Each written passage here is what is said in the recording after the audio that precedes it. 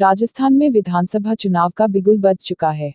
इस बीच भाजपा ने भी अपनी पहली लिस्ट जारी करते हुए उम्मीदवारों की घोषणा की। लेकिन सियासी गलियारों में इस बात को लेकर पारा चढ़ा हुआ है कि पूर्व मुख्यमंत्री वसुंधरा राजे को टिकट की घोषणा में तवज्जो नहीं दिया गया।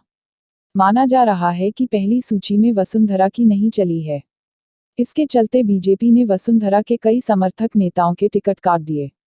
इसके बाद बीजेपी की सियासत में जमकर उबाल आया हुआ है। वहीं बीजेपी ने जो पहली लिस्ट जारी की है, उसमें 29 उम्मीदवार ऐसे हैं जो नए चेहरे हैं और वसुंधरा के समर्थक नहीं हैं। ऐसे में माना जा रहा है कि नए चेहरे को टिकट देकर बीजेपी वसुंधरा गुट को कमजोर करने की कोशिश कर रही है।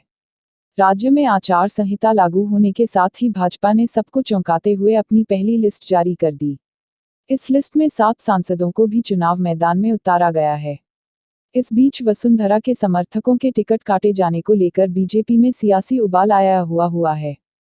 बीजेपी ने जो लिस्ट जारी की है, उसमें उन चेहरों को प्राथमिकता दी गई जो वसुंधरा के समर्थक नहीं हैं। ऐसे में सियासी गलियारों में चर्चा है कि वसुंधरा ने जिन नामों को लेकर आलाकमान को सिफारिश की थी, शीर्ष नेतृत्व ने कोई तवज्जो नहीं दिया। बीजेपी की पहली लिस्ट में वसुंधरा के समर्थकों के टिकट कटने के बाद सियासत में कई सवाल खड़े हो गए हैं। वर्तमान स्थितियों को देखकर उनकी चुनावी डगा कठिन दिखाई दे रही है। बीजेपी ने पहली लिस्ट में वसुंधरा के विरोधी माने जाने वाले सांसदों को टिकट दिया है। इसको लेकर भाजपा ने वसुंधरा को बड़ा संकेत देने की कोशिश की है। सांसद दिया कुमारी को जयपुर की विद्याधर नगर सीट से टिकट देकर वसुंधरा के करीबी और निवर्तमान विधायक नरपत सिंह राजवी का टिकट काटा गया है। माना जा रहा है कि दिया कुमारी सीएम की प्रबल दावेदार हैं।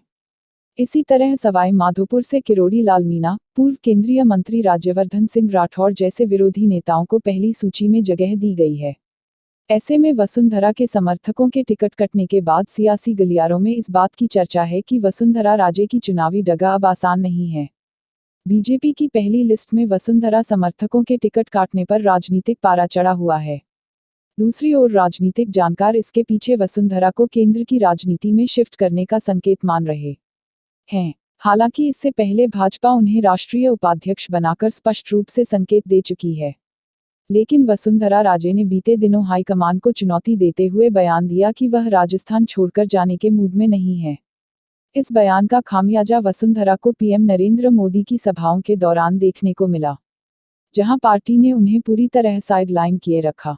बीजेपी की पहली लिस्ट आने के बाद सियासत की नजरें अब वसुंधरा राजे के आगामी रुख को लेकर बेसब्री से इंतजार कर रही हैं।